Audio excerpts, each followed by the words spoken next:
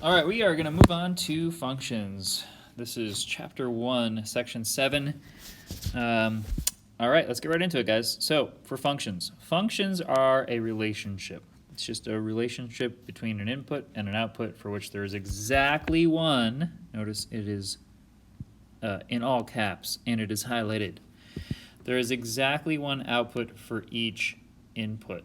Okay, so you guys, we're going to just relate this to what we've been learning about. So typically, what I've been stressing is that in a coordinate system, we always have an x first and then a y. We always look to the x first, and then we identify where our y is. So if I have the point like 1, comma 3, I can go over to 1 on the x-axis, right? This is the x-axis, this is the y.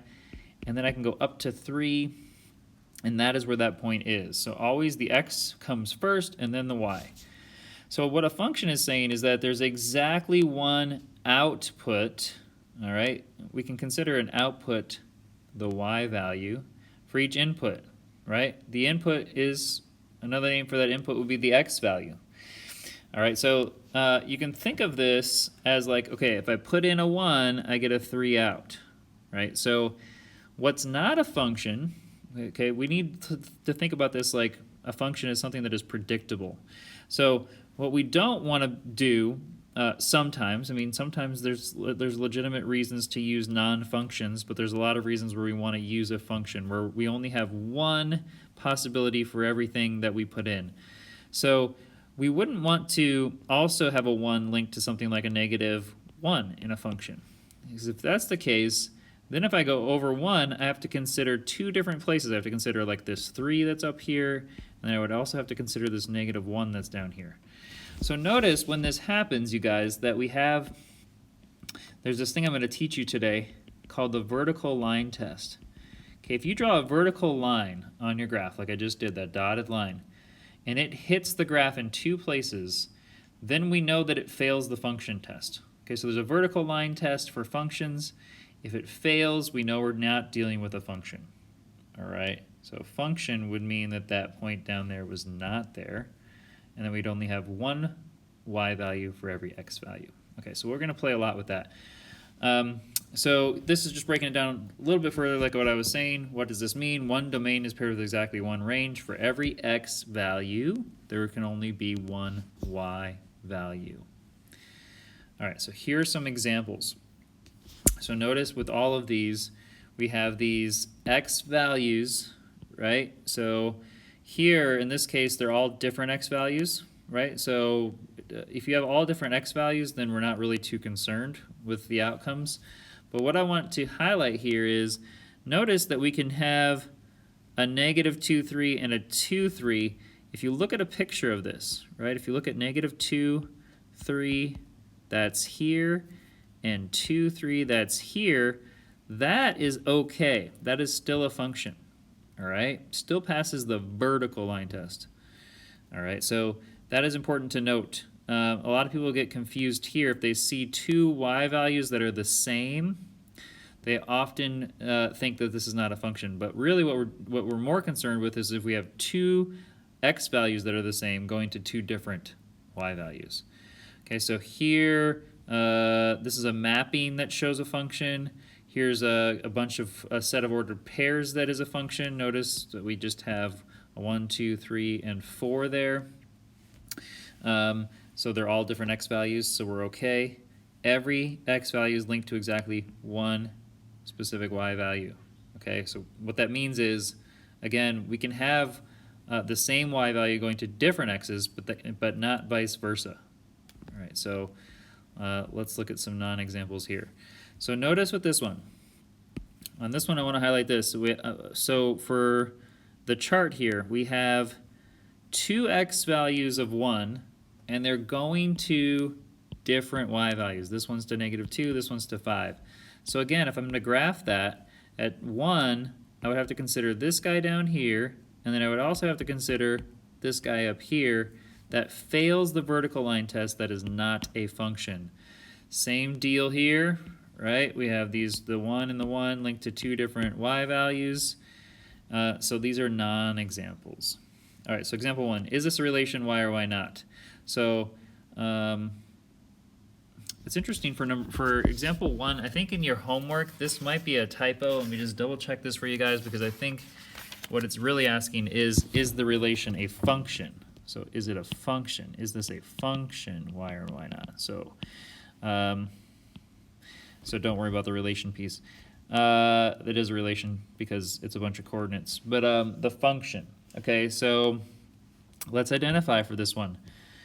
First of all, what I want to look at is my x values. Do I have all different x values? And the answer is no. These two are the same, and these two are the same. All right, and they're linked to different y values. So I know now that this is like, no, this is not a function, because, and we could say because the value 2 in the domain, right, the x's, is paired with both 1 and -2. Something like that, right? Just explains why it's not a function. A couple of other things that we have to talk about as far as vocabulary and terminology is concerned. Discrete functions versus continuous functions.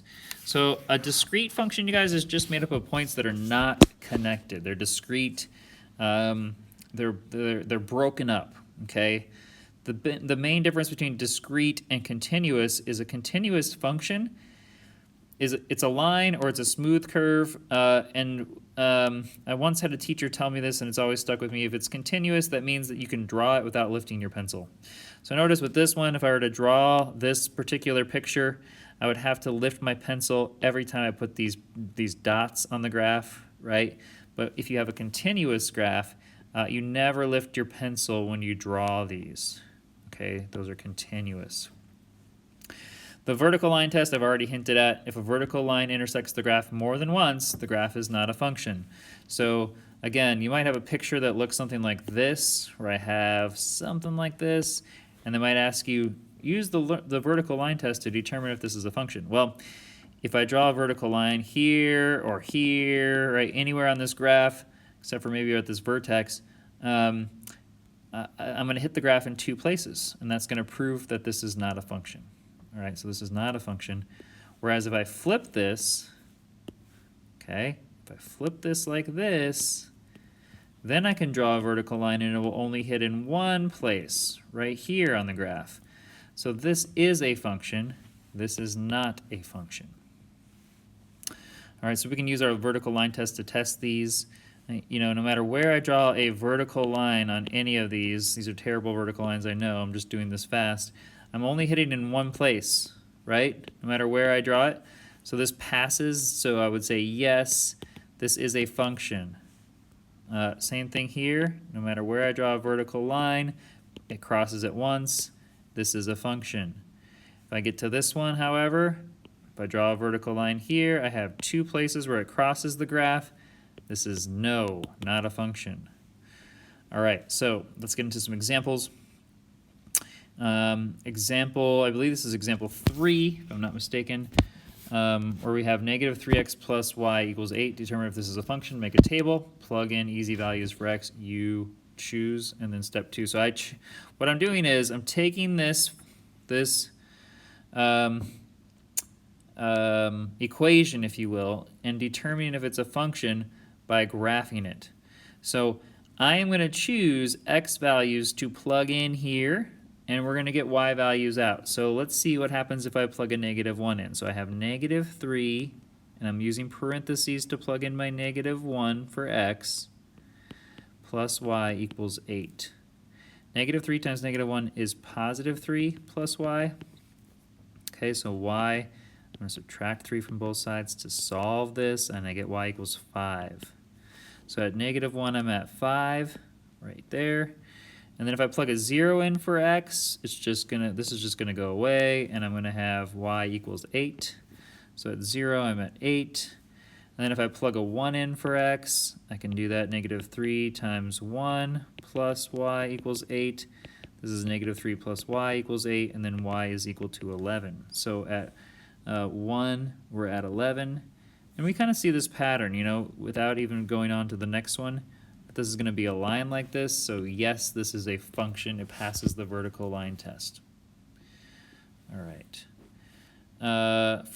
Here we go. Here's another one, example 3. Determine if this is a function. So again, you're just going to plug things in for x. I chose these 4 values. You can choose whichever values you want, really, but I always start with 0 and kind of go on either side of 0. A couple places on either side of 0. So if I plug a -2 in, -4 times -2 equals y plus 8. This is 8 equals y plus 8. So if I subtract 8 from both sides, I get y is equal to 0. And then if I plug a -1 in, I have -4 times -1 equals y plus 8, which is 4 equals y plus 8, which is -4. So at -1, I'm at -4. At -2, I was at 0. If I plug a 0 in for x, this goes away. So then I'm left with 0 equals y plus 8. So I got to move the 8 over. So I get y is equal to -8. Okay, and I see again that this is a line going like that. So this is a function. Yes, it passes the vertical line test. Okay, a couple more pieces of terminology here. Function notation.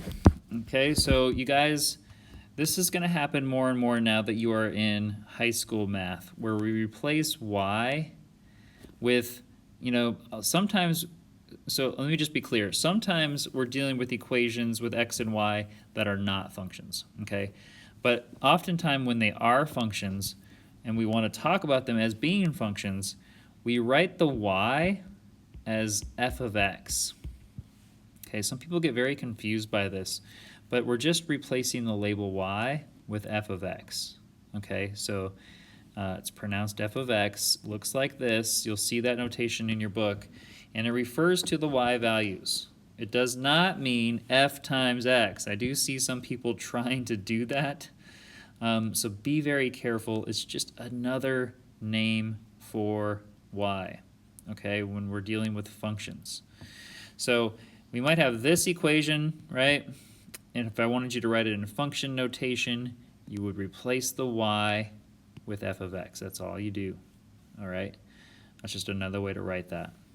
So for function values, this is now saying f of x equals -4x plus 7. What's nice about writing things in function notation is they might ask us something like, well, you might just want to know what happens to this function when I plug a 2 in. Another way to show that or to ask that question is to say, okay, what is f of 2? Meaning I'm plugging this 2 in for x in my equation. Okay, so f of 2 would equal -4. Notice I'm just replacing the x with 2 plus 7, which equals -8 plus 7, which equals -1. So f of 2 is equivalent to -1. Okay, now what happens if I want to evaluate the function at -3, which is what this is saying, and then add 1 to my answer? All right, so what I do for that is I say, okay, -4 times -3, I'm plugging in -3 for x, okay, and then notice this plus 1's happening after the function, so I'm going to say plus 7, okay, so you guys notice I just plugged in a -3 for this green part here up here that I'm circling. Now what I'm going to do is I'm going to add this 1, plus 1. Right, so let's solve this. -4 times -3 is positive 12 plus 7 plus 1. 12 plus 7 plus 1 is equal to 20, I believe, and we are done. Okay, so that is function notation, solving for various values of x when we plug those things in. Okay, so I think there's a couple more of these for us to try out. Let me do these really quick. Notice I did this one for us already. So let's see here. Where are we plugging these in? That's the question. Let's go down to this one. So don't worry about A and B if you have those in your notes. Let's go down to C and D. Okay, So it says for this function, find these values. Okay, so notice whatever's here is what I'm plugging in for x, right? So I'm plugging m now in for this x. So it's going to be negative 4 times m plus 7. Negative 4 times m is just negative 4m plus 7. There's no like terms, therefore this is all done. Okay, and maybe you'll have a dog that you plug in. All right, that's fine. So it'll be negative 4 times dog plus 7. Notice I just plugged in dog for the x. So what do I get left? I get out of here negative 4 dogs plus 7. Okay. Hopefully you're understanding function notation okay. There'll be some more in your homework to practice, and we'll do a couple more here, for example 4 and 5, and then you guys will be on your own. So let me cruise through these pretty quickly here. So notice I'm using this now. This is the function, and I want to evaluate it at 2. So I have negative 4 times 2. I feel like I already did this. Plus 7 is negative 8 plus 7, which equals negative 1. Okay, we already did that one. I don't know why that's showing up twice. My bad, guys. Let's plug in a negative 2. So negative 4 times negative 2 plus 7. So this becomes positive 8 plus 7, which is 15. So be careful with your negatives, right? And then, oh, we definitely need to look at this one. What happens if I have the function evaluated at negative 1, and then I add that to the function evaluated at 2? Okay, so watch, guys. Watch this carefully, okay? This one's going to come up for sure. So I'm going to evaluate the whole function, negative 4 times x plus 7, but I'm going to plug in a negative 1 for x. Okay, so I have that guy. Then I'm going to add that to, I'm adding that to the function again, negative 4 times 2 plus 7. Okay, and now I am going to evaluate this. So the setup is the hardest part, in my opinion, right? So setting that up, you just write the function twice, replace x with negative 1 in this function, replace it with 2 in this one, but notice they're the same. Now we're just going to simplify. Negative 4 times negative 1 is 4. 4 plus 7 plus negative 4 times 2 is negative 8 plus 7. So what we end up with is 4 plus 7 minus 8 plus 7. So if I do that out, I get 11 minus 8 plus 7, right? 11 minus 8 is 3 plus 7. 3 plus 7 is 10. All right, so that's how you would do one like that. Example 5, a couple more here, you guys, and then I'm going to let you guys go. So for A, we have f of 4, right? So what I'm going to do is just going to plug in the 4 for the x in this function. 2 times 4 to the third power. Notice I'm only going to cube the 4 here. All right, I've had a couple people that really make the mistake of doing the multiplication first. You got to do the exponent first. So we're going to do 4 cubed first. 4 cubed, last I checked, was 64, because 4 times 4 is 16, times 4 is 64. So we have 64 times 2, which is 128. And then we're going to evaluate this function here at f of negative 3 minus f of 1. So I'm going to do 2 negative 3 to the third minus 2 times 1 to the third. Okay, notice I just evaluated the function twice, right? I'm subtracting them, and I'm plugging a negative 3 in for the first one and a 1 in for the second one. Okay, when I go to do this, negative 3 to the third is negative 27, okay, times 2. And then 1 to the third is just 1. So this is just going to be 2 times 1, which is just 2. So I end up with this guy. When I do this thing out, negative 27 times 2, I believe is, let me just make sure. Negative 27 times 2, if I double 27, I'm at, the reason that I'm taking a pause on this is because I think the answer in the book is not correct, so let me just make sure. So I have 2 times 27, which is 54, negative 54 minus 2, oh yeah, we are good, negative 56. Okay, and we're good to go. So that's it, guys. Homework sheets are available. We'll see you guys in